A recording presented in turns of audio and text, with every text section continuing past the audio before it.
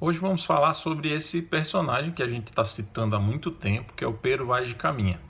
A gente já sabe que ele escreveu uma carta para o rei Dom Manuel quando ele estava aqui, junto com o Pedro Álvares Cabral e todos os integrantes da Armada. A gente já sabe que essa carta é um documento fundador do Brasil, é uma principal fonte histórica para o conhecimento desse primeiro contato entre os portugueses e os indígenas. Já relatei para vocês aqui passo a passo, detalhe a detalhe, o que se passou naqueles dias aqui no litoral brasileiro, de acordo com o Caminha. Mas falta dizer quem foi o Pero Vaz de Caminha. E além disso, hoje, brevemente, eu quero falar de um detalhe da carta que eu mencionei num dos vídeos anteriores. E daqui a pouco eu falo sobre ele. É muito curioso. Muito bem, então quem foi esse Pero Vaz de Caminha? O Pero Vaz de Caminha não se sabe ao certo, mas deve ter nascido por volta de 1450, tendo, portanto, 50 anos no episódio do descobrimento do Brasil. Ele morreu em 1500, em dezembro daquele ano. Então, no dia 2 de maio, Pedro Álvares Cabral vai partir para as Índias. Eu não vou entrar em detalhes sobre isso, porque eu vou gravar um vídeo sobre essa continuação da viagem até as Índias e o que aconteceu, o desfecho dessa história, dessa armada. Então não vou entrar nesses detalhes agora, vou dizer apenas para vocês que, em dezembro de 1500, mouros atacaram uma feitoria portuguesa em Calicut, na Índia, e o Pero Vaz de Caminha morreu. Foi assassinado ali, na luta. Beleza, então morreu aos 50 anos, poucos meses depois de ter escrito essa carta que é tão cara a nós brasileiros.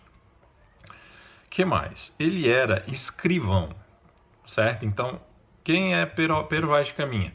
Escrivão da armada de Pedro Álvares Cabral. O que significa ser escrivão? Né? Pelo fato dele ter escrito uma carta, então fica uma impressão equivocada de que escrivão era o cara que escrevia, né? Era um cara que redigia documentos, e não é isso. Escrivão é uma espécie de contador. Contador no sentido de ciências contábeis, de fazer contas. Mas não era só isso, né? Então, veja, o Pero Vaz de Caminha herdou do pai, Vasco Fernandes Caminha, salvo engano o nome do pai, herdou do pai um cargo de mestre de balança da moeda da cidade do Porto.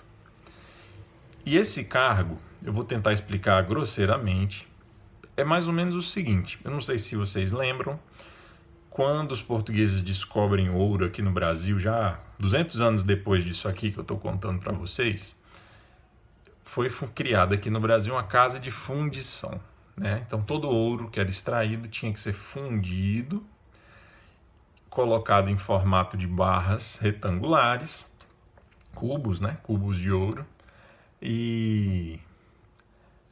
enfim, e ali se colocava a marca da coroa. O ouro só podia circular assim, era uma forma de controle. Porque se o ouro pudesse circular de qualquer jeito, era impossível conter, ao menos parcialmente, o contrabando. Então essa era uma forma antiga já de controle das riquezas, da circulação, cobrar impostos.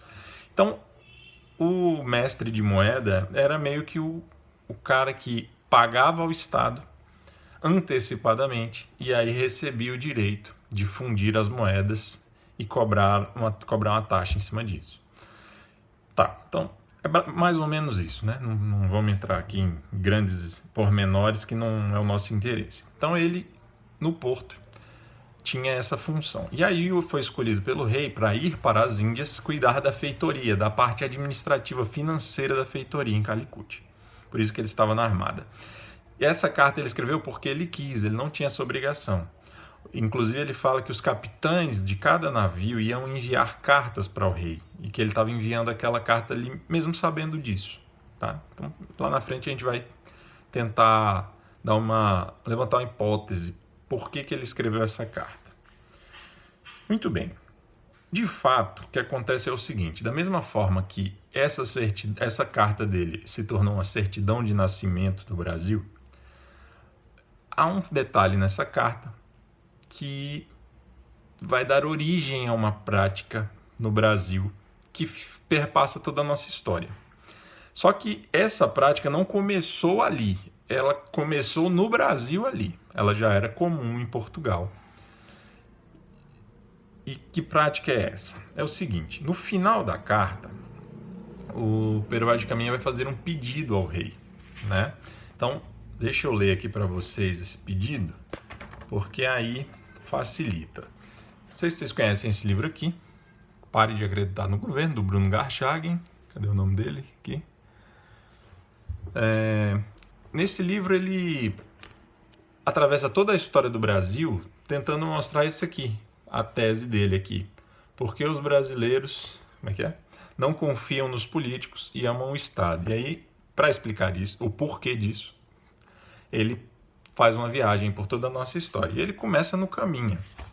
Então, tem aqui, ele colocou a citação da carta, né? Eu já li para vocês em outro vídeo, mas eu vou ler de novo. Diz assim: no final da carta, o Caminha diz ao rei Dom Manuel: e pois que, Senhor, é certo que, assim neste cargo que levo, como em outro qualquer, outra coisa que de vosso serviço for, Vossa Alteza há de ser de mim muito bem servido. A ela peço que, por me fazer singular mercê, mande vir da ilha de São Tomé Jorge Dosouro, meu genro, o que dela receberei em muita mercê.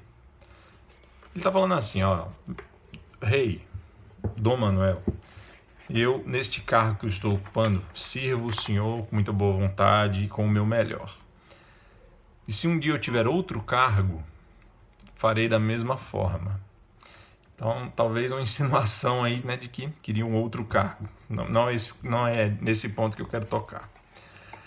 E aí ele pede, olha, então como eu sou um excelente funcionário, como eu estou escrevendo essa carta para Vossa Alteza, contando aqui em pormenores o que se passou aqui, eu gostaria de pedir um favor a Vossa Alteza, que é, mande vir meu genro, que está na ilha de São Tomé como degredado. Então, o que o genro do Caminha fez? O nome dele era Jorge Desouro, ou Dosouro. É Diosouro, né? Mas tem um apóstrofo. Então, é Jorge Diosouro. E ele foi condenado por roubar pão, vinho e galinhas numa igreja e ferir um clérigo. E a pena dele foi degredo, e ele foi enviado para a ilha de São Tomé, do arquipélago ali no litoral africano de São Tomé e Príncipe. E aí, ele estava lá, o genro dele pagando a pena dele, e o Caminha falou, Vossa Alteza, por favor, eu sou um excelente funcionário do rei, estou lhe escrevendo essa carta. Então, o Garchagen até sugere aqui no livro, pelo que eu entendi, que ele escreve essa carta, o Garchagen faz alusão àquela expressão comum na polícia do Rio, né? Quem quer rir tem que fazer rir, né? Que é aquele negócio, né? Se você quer que eu te ajude, você tem que me ajudar.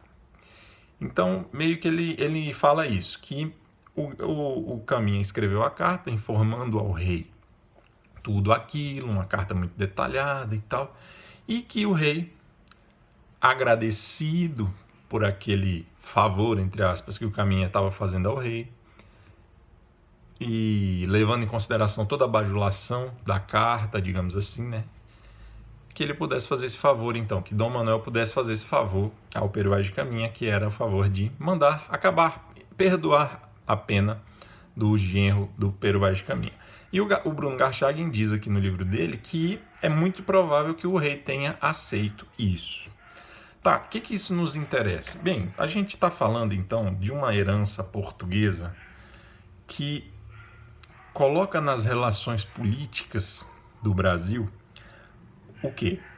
Os interesses pessoais acima dos interesses públicos, o paternalismo, a dependência, a servidão.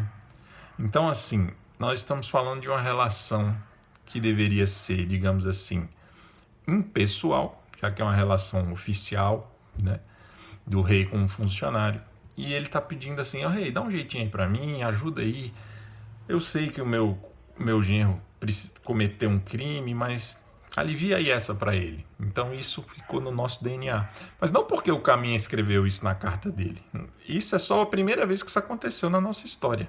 Mas isso já era uma prática, digamos assim, presente nas relações políticas e sociais de Portugal. Tanto é que tem um livro do Raimundo Faoro, né, que é Os Donos do Poder, já falei dele aqui, mencionei, que trata exatamente dessa questão do patrimonialismo, confusão entre o público e o privado na história desde a Península Ibérica e toda a história do Brasil. De maneira que isso nasceu com Caminha aqui. Esse aí foi a primeira vez que isso aconteceu. Parece que isso ficou marcado na nossa história para sempre, né? Quem tiver curiosidade pode ler aqui o livro do Bruno Garchagen e vai ver que ele faz um passeio pela nossa história mostrando vários exemplos que comprovam isso, né? Essa relação complicada no Brasil. O que mais que eu posso falar para vocês então? Acho que é isso. Um favor pessoal para o genro. Parece que o Dom Manuel atendeu. A carta foi um pretexto então para pedir esse favor. E é isso. Tá certo, pessoal? Então, espero que tenha ficado claro. A gente conheceu um pouquinho aí sobre o Caminha e sobre esse episódio que marcou aí o início dos interesses escusos aí na nossa política, vamos dizer assim, de forma não muito precisa. Tá certo? Então tá, um abraço.